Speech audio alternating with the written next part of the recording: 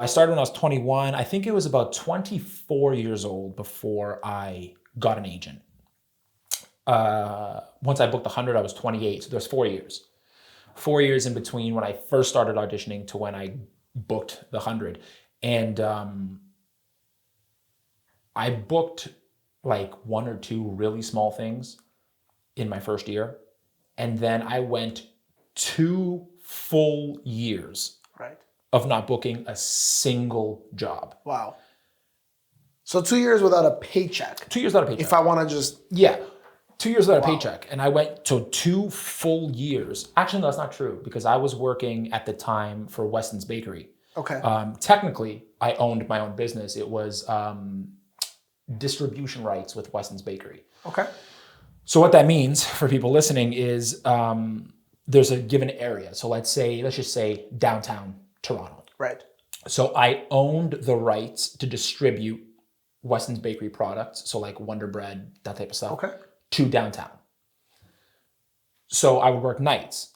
I would work like from midnight to like noon. So I would work the night. And I was doing that for the first few years that I was auditioning. And I felt like it was hindering my auditions because, first of all, auditions usually come in a day before. So if I get the audition material today, I will have to have it prepared and be in the room tomorrow morning. So there's very little preparation time.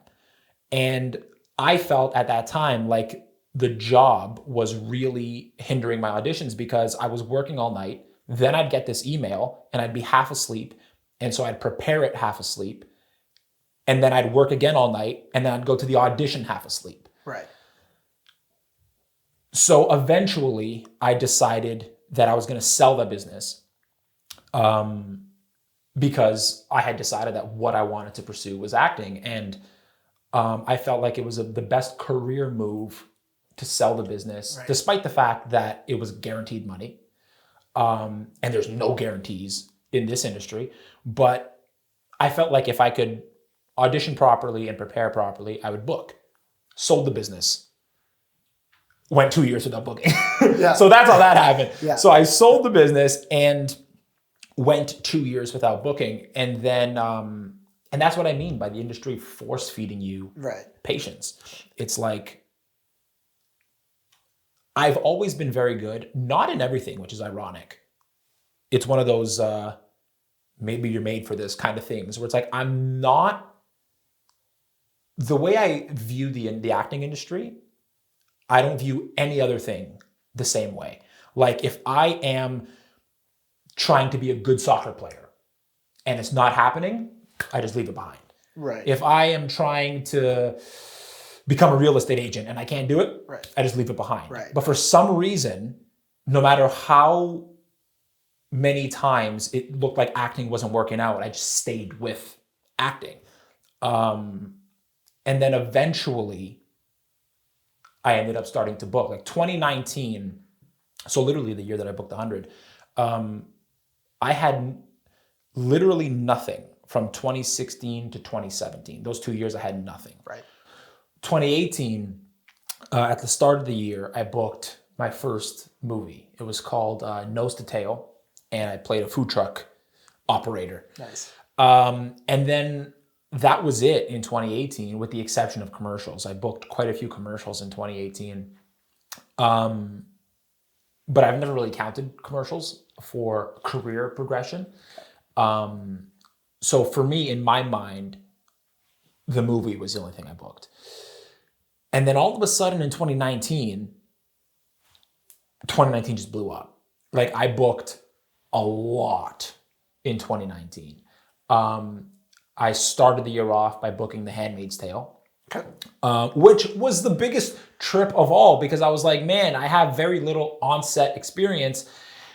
And then I booked The Handmaid's Tale that wins all the Emmys every year. And I was like, Jesus Christ. So in terms of stress, it was all over the place.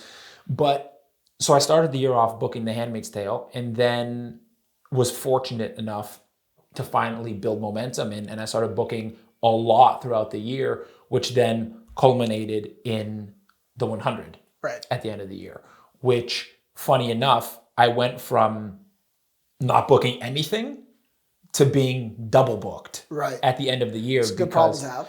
It's a great problem to have because I was on the 100 and I was also splitting time with the Good Witch. Right. And so all of a sudden, like I said, I went from having nothing to flying back and forth between Vancouver and Toronto because That's awesome. Good Witch filmed in Toronto and the 100 filmed in Vancouver. Yeah. And then I've been fortunate enough now to continue that momentum going forward, even with this craziness that has happened this year. So, like, it's just funny how quickly things can turn around despite how long it's taken Right. to build any sort of success. Right.